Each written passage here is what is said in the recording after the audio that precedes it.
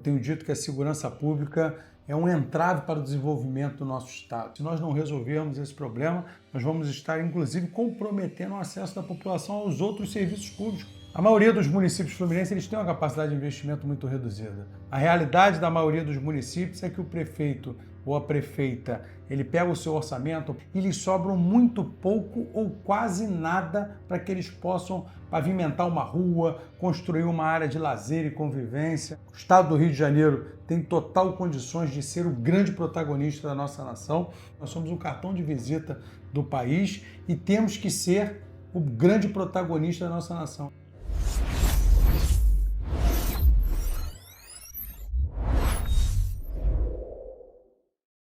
Estamos aqui com Douglas Ruas, policial civil, empresário, deputado estadual no primeiro mandato, já eleito presidente da Assembleia Legislativa e candidato a governador pelo PL, escolhido em convenção, aliás, lotada na sede do PL, com gente saindo pelo ladrão, muitos candidatos a deputado, uma galera lá. Período, né, em que você esteve à frente da Secretaria das Cidades, gerenciou 1,29 bilhão em dotações previstas nos orçamentos dos 3 anos, 2 anos e pouco que você ficou lá, né? Pode contar para o eleitor o que deu para fazer com esse dinheiro, como foi usado, as suas realizações como gestor nesse período? Olha, Berenice, é um prazer, uma grande satisfação estar aqui no Tempo Real, tendo a oportunidade de fazer esse bate-papo sobre a minha trajetória e sobre o futuro do Estado do Rio de Janeiro. Eu assumi a missão da Secretaria de Estado das Cidades com o objetivo de dar uma oportunidade aos municípios fluminenses que têm uma capacidade de investimento muito reduzida para que eles pudessem apresentar projetos e receber os investimentos nas suas cidades, sobretudo na área de infraestrutura. Foram 73 municípios alcançados. O volume dos contratos de investimentos foram cerca de 2,4 bilhões de reais. Mais até do que eu tinha imaginado. Não, 2,4 bilhões é o valor dos contratos que foram realizados. Não foram todos esses executados porque eu deixei o cargo e as obras, muitas, continuaram em execução ainda estão sendo executadas municípios afora. Esse programa é muito importante porque a maioria dos municípios fluminenses eles têm uma capacidade de investimento muito reduzida. A exceção é a capital do Rio de Janeiro e alguns municípios que recebem muitos royalties de petróleo. A realidade da maioria dos municípios é que o prefeito ou a prefeita, ele pega o seu orçamento, paga a despesa com o pessoal, paga os serviços essenciais, saúde, educação, coleta de lixo e lhes sobram muito pouco ou quase nada para que eles possam pavimentar uma rua, construir uma área de lazer e convivência.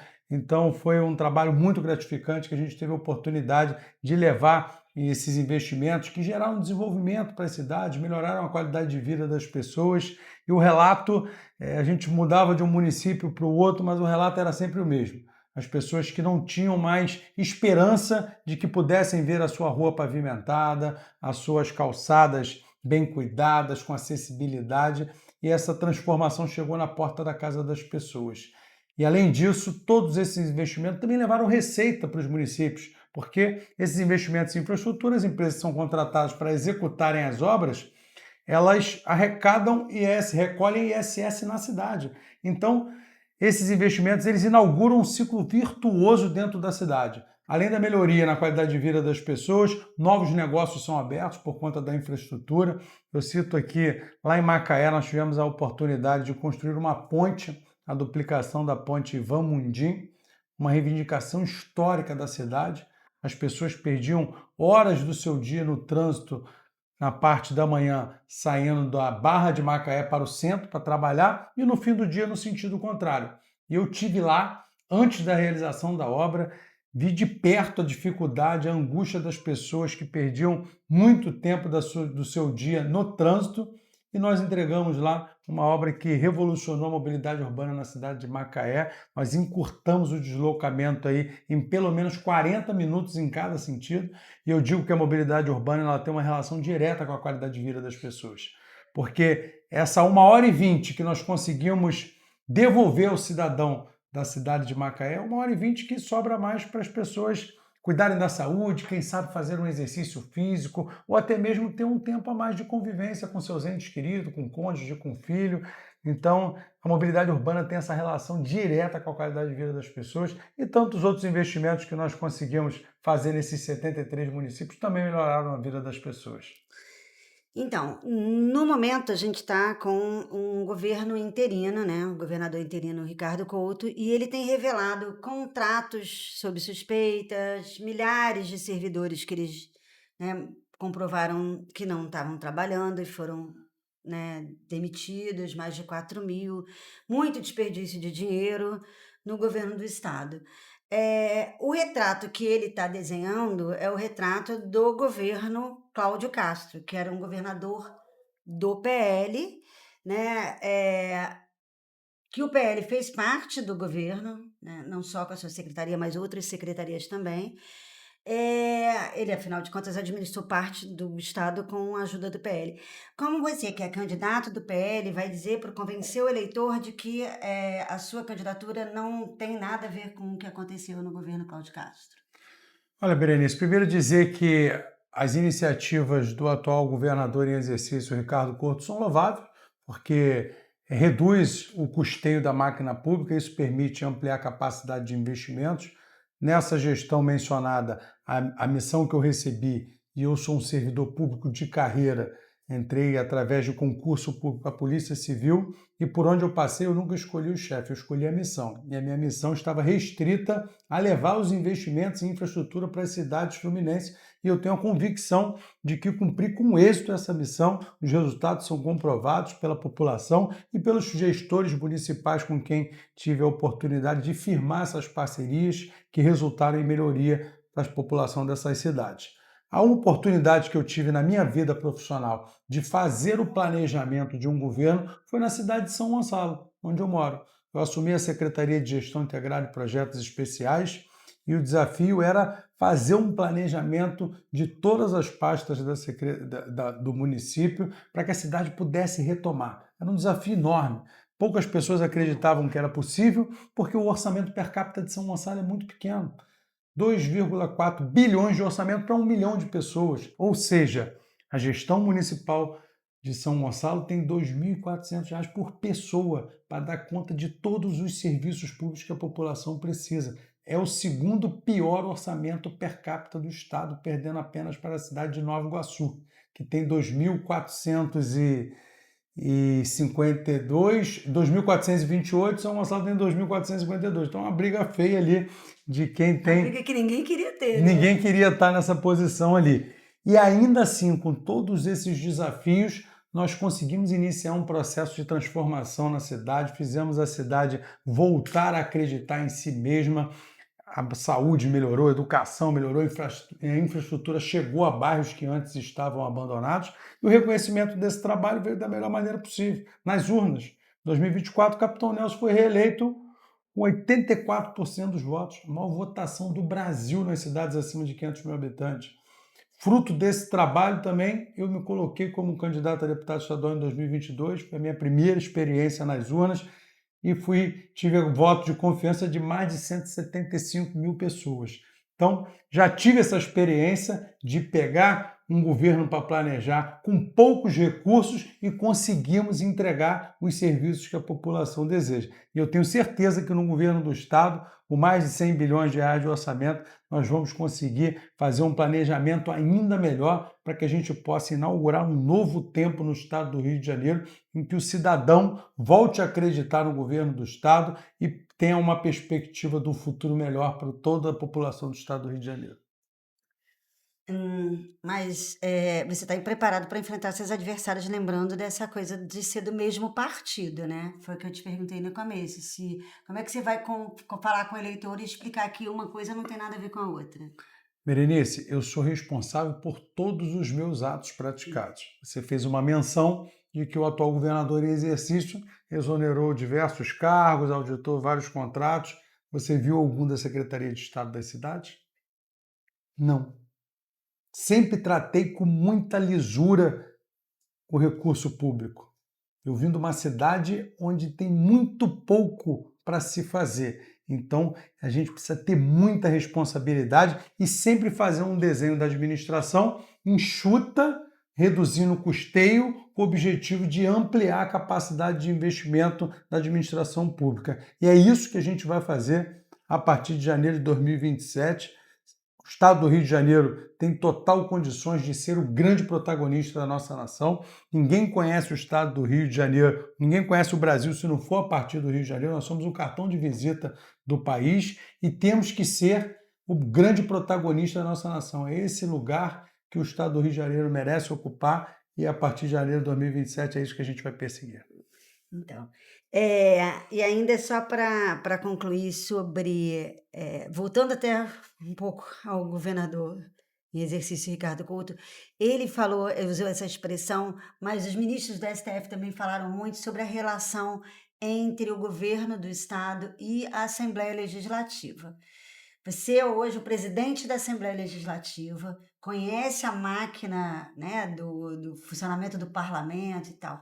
Como ter uma relação entre a Assembleia Legislativa e o governo do estado, no caso, né, você como governador, com a Assembleia Legislativa, uma relação saudável entre os poderes, sem levar a uma situação classificada pelo Couto como, chegou a usar a palavra captura, né? Captura do executivo, ou aquela relação que o Cláudio Castro falava muito isso, que ele teve que dividir com a Assembleia para manter a governabilidade. Como você ter uma relação saudável entre o executivo e o legislativo, sem ceder às pressões que muitas vezes podem levar a um fatiamento do governo, a perda do controle sobre secretarias. Como estabelecer, já que você conhece muito bem os dois lados, né? Teve no executivo e é presidente hoje da Assembleia, conhece bem. Berenice, vejo com muita tranquilidade, é possível sim estabelecer uma relação republicana, respeitosa e harmoniosa entre o Poder Executivo e o Poder Legislativo. Eu estive um período no início da legislatura como deputado estadual e os meus pleitos para o governo do Estado é que ele pudesse atender às necessidades da população. Nesse período, eu me dedicava a fazer com que o governo do Estado pudesse enxergar as necessidades, por exemplo, da cidade de São Gonçalo, onde eu tive 150 mil votos. E é esse o papel do parlamentar.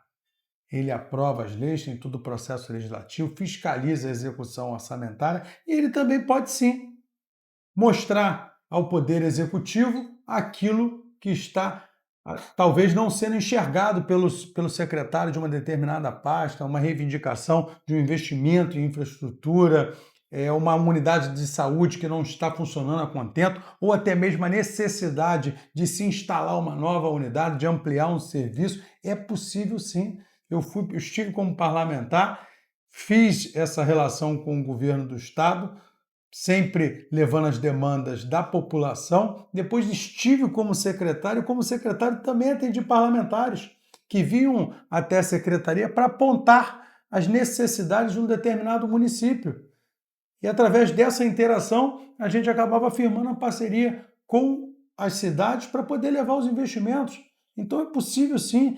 E sim, o deputado vai ter o seu louro? Vai, porque ele tomou a iniciativa de ir até o governo do estado, mostrar que um determinado local precisa de uma atenção, precisa de um investimento. Então, esses são os louros que ele pode ter dessa relação, de ele ter sido quem tomou a iniciativa de mostrar ao governo do estado uma determinada necessidade da população e, diante dessa iniciativa, o governo do estado toma as providências, entra com os investimentos, resolve o problema e ele tem condições de fazer ali o seu trabalho político, de falar com a população, que foi ele quem deu o primeiro passo para que se buscasse a resolução. E hoje, na qualidade de parlamentar, a gente já tem um exemplo. O desembargador Ricardo Couto, governador em exercício, precisou da Assembleia Legislativa, enviou algumas medidas até próximo já de findar o primeiro semestre, e ainda assim a gente reuniu através do Colégio de Líderes, conversei com os parlamentares da importância que tinham as matérias, e essas matérias transcorreram sempre com o objetivo de entender o que é bom para a população do estado do Rio de Janeiro, sem qualquer tipo de barganha. Então, já tem um exemplo aqui de como que pode funcionar, sim, essa relação de maneira republicana, colocando o cidadão do estado do Rio de Janeiro em primeiro lugar. Se você tivesse que escolher, se disse assim, eu tenho uma realização para fazer como governador. Aquela cenourinha que o coelho persegue ao longo do tempo, qual seria a sua marca, o seu principal desempenho, aquilo que se faria como governador? Eu quero devolver as ruas do nosso estado para a população de bem. Esse, sem sombra de dúvida, vai ser o meu principal objetivo nos próximos 4 anos. Eu tenho dito que a segurança pública é um entrave para o desenvolvimento do nosso estado. Nós temos um custo Rio hoje que atravanca o nosso desenvolvimento, impede com que o governo do estado possa atrair novos negócios para cá. O custo Rio é o quê? Uma empresa para se instalar aqui, ela paga a apólice de seguro mais cara para os seus veículos, para o seu imóvel, por conta do problema de segurança que nós temos aqui. Então, eu tenho dito que a espinha dorsal do nosso plano de governo é a segurança pública. Se nós não resolvermos esse problema, nós vamos estar, inclusive, comprometendo o acesso da população aos outros serviços públicos, como saúde, educação, assistência social, entre outros.